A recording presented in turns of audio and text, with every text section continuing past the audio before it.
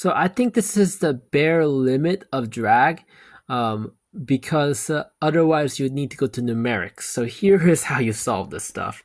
This is quadratic drag.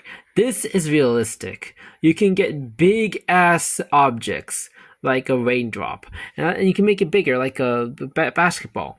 But I will say one thing about this. This is limited to say that the wind is constant. It has to be for this to actually make any sense. Now this ODE over here has another version of it that has absolute value over here. I didn't do that because absolute value over here, I didn't need it because the initial condition I gave was positive. This ODE that I gave over here assumes that the wind is positive here.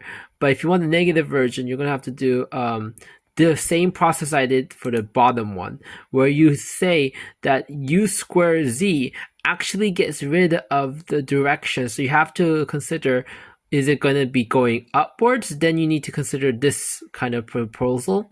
If it's going downwards, you have to consider this kind of proposal.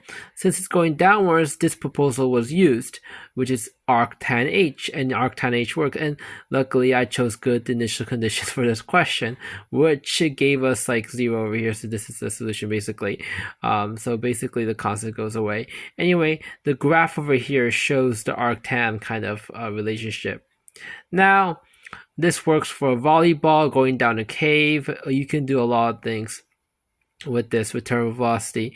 And you can say by looking at this, the terminal velocity here is about like 22 or something. I really don't know. But you can just put the t goes to infinity and figure it out too also, which is quite simple because arctan looks like this, and you like that, like this, I guess. And then you can just say, oh, this is going to be the v infinity basically. But that's not the point of this question. The point of the question is to solve this ODE, which we did. We figured out as arctan for the z direction, which because of the minus g. Yeah, so we're done basically. We're done. Yeah, and also I tell you to go to the sections because we did derive this before.